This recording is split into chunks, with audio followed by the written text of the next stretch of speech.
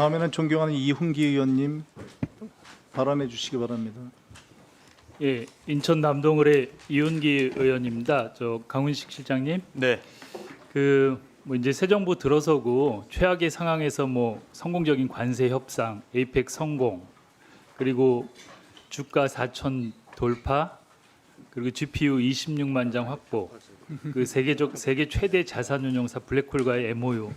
전 하나하나가 되게 놀랄만한 성과라고 생각을 합니다. 그 폐허 속에서. 그리고 그 대통령님도 말씀하셨지만 영혼까지 갈아 넣어서 총력을 다했다. 저는 대통령실의 모든 분들이 그렇게 고생한 결과라고 생각을 합니다. 그래서 감사드리고요. 그렇지만 이제 시작이라고 생각합니다. 이제 폐허 속에서 새로운 대한민국을 만들 수 있는 토대를 마련했고 이제 시작인데 계속 대통령 항상 그 말씀하시잖아요. 1시간을 5천만 시간이라고 생각하고 일하신다고. 그런 심정으로 좀 일해서 정말 국민들이 살만한 나라를 좀 만들어 주셨으면 하는 당부 말씀드리고요. 그리고 그 국민들의 또 관심사 중에 하나가 지금 용산에 있는 대통령실을 청와대로 옮기는 문제에 관심이 상당히 많은 것 같습니다. 원래 연내 말씀을 하셨는데 지금 어떻게 진행이 되고 있는지 좀 말씀해 주시죠. 네, 대통령실을 청와대로 용산 대통령실을 청와대로 이전하는 문제는 연내를 목표로 공사가 진행 중에 있습니다. 다만 대통령 관저 옮기는 문제가 사실은 보안상의 문제라든지 또 실제로 공사 자체가 다른 규모로 진행돼서 아마 저희 대통령실 직원은 연말까지 가능한데 대통령께서는 연말까지 가능하지도 않은, 그러니까 관저 옮기는 건 가능하지 않을 수 있다는 것도 보고 드립니다. 연말 지나고 내년 뭐 초나 상반기 중에 네, 가능하다고 그렇습니다. 상반기까지는 되겠습니까? 봐야 될 것 같습니다. 그러면 지금 그 용산 대통령실은 앞으로 어떤 용도로 사용합니까? 사후 용도에 대해서는 아직 논의해본 바는 없습니다. 그리고 제가 그 6월 4일 날 용산에 처음 가셨잖아요. 네. 그때 모든 국민들이 상당히 가슴이 아팠을 것 같아요. 그날 대통령께서 지금 용산 사무실에 왔는데 꼭 무덤 같다. 아무도 없다. 필기도구 제공도 없고 컴퓨터도 없고 프린터도 없다. 황당무계하다. 이렇게 말씀하셨어요. 그날 많은 국민들이 너무나 황당하고 가슴이 아팠을 것 같은데 실장님 그날 좀 그때 상황이나 심정이 좀 어떠셨어요?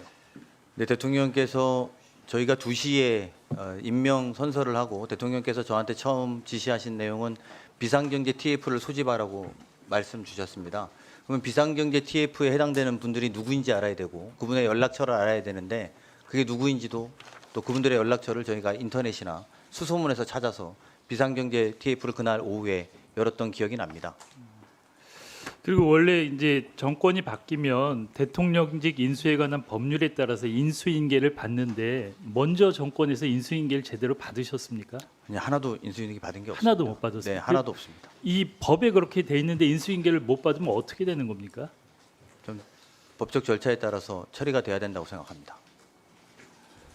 그러면 이 부분은 나중에 법적 절차에 따라서 어떤 처리가 가능한가요? 저희가 아직 거기까지 확인해 보지 못해서 그럼 따로 저희가 확인해 보고 보고 드리겠습니다.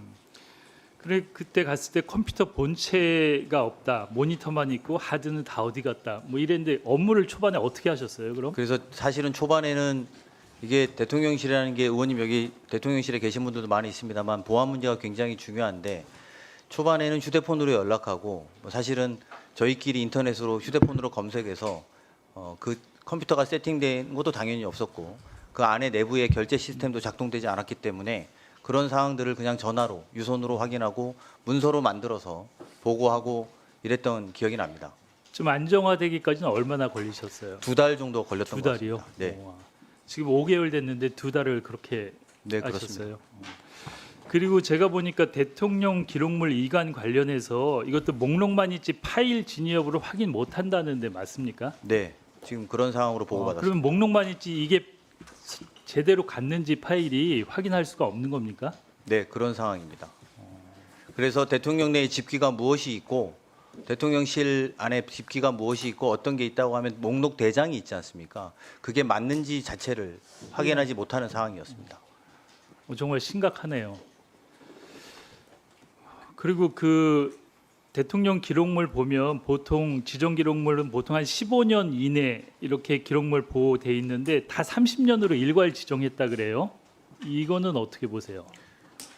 저희도 당황스러웠습니다. 사실은 대통령 기록물 관리를 30년이나 묶어야 되는 그런 상황들은 불필요한 상황이라고 보고, 사실은 어떤 의미에서 가장 공개돼야 되고 가장 투명해야 될 대통령실의 기록물들은 다음 정부를 위해서라도 도움이 될 내용들도 그 여야를 막론하고 있을 텐데요. 그런 것들이 공유되지 못한 것은 안타깝게 생각합니다. 그러니까 뭐 기본적인 인수인계도 없었고 기록물에 대한 것도 과거 뭐 법이나 과거하고 다르게 돼 있고, 근데 이제 보면서 많은 국민들이 그럴 것 같아요. 이렇게 30년씩 한 거는 뭔가 은폐하기 위해서 그런 게 아닌가, 당연히 그런 생각이 좀 들 것 같고, 그러면은 여러 가지 업무가 아까 이제 제가 성과가 많다고 말씀하셨는데 그 업무 환경 얘기를 들으니까 더 좀 놀라운 것 같긴 해요. 지금은 뭐 문제 전혀 없습니까? 이제 업무하시는데? 네, 많은 것들을 극복해 나가고 있고 뭐 아직 미비한 점은 있습니다만 추후에 더 보강해 나갈 생각입니다. 그리고 아까 그 국민의힘 의원들이 어제 오늘 국정감사뿐이 아니고 저희 운영위 할 때 계속 김현지 실장 얘기를 하는데, 저는 일고의 가치도 없어서 거의 대응을 안 하는데, 그리고 출석하신다는데 자꾸 그 얘기를 하고 있어요. 그리고 출석 만약에 오늘 하셨어도 별로 뭐 지적도 못했을 것 같은데 저러세요. 아까 실장님 뭐 좀 해명 좀 했으면 좋겠다는데 한 가지만, 뭐 시간 많지 않으니까 아까 여러 가지 의혹을 제기했는데 그 중에 한 가지만, 좀 시간 많지 않으니까 한 가지만 좀 말씀해 네, 주시겠어요? 의원님들이 질의하면 말씀드리겠습니다만 제가 해명까지 할 필요 있는 사항들이 별로 있어 보이지 않습니다. 의혹을 제기할 수 있고 저도 3선 의원을 해봤고 국정감사를 9번 해봤습니다만 의혹 제기할 수 있습니다. 하지만 최초 아주 기본적으로는 기본적 근거에 의해서 의혹 제기가 되어야 저희들도 국민들에게 설명하고 해명하는 것이 의미가 있을 텐데, 너무 기본적인 사실과 동떨어진 사안들을 하고 또 심지어 지방 의원들은 그런 의혹을 제기해도 제명 조치가 없는 걸 보면서 매우 안타깝게 생각합니다.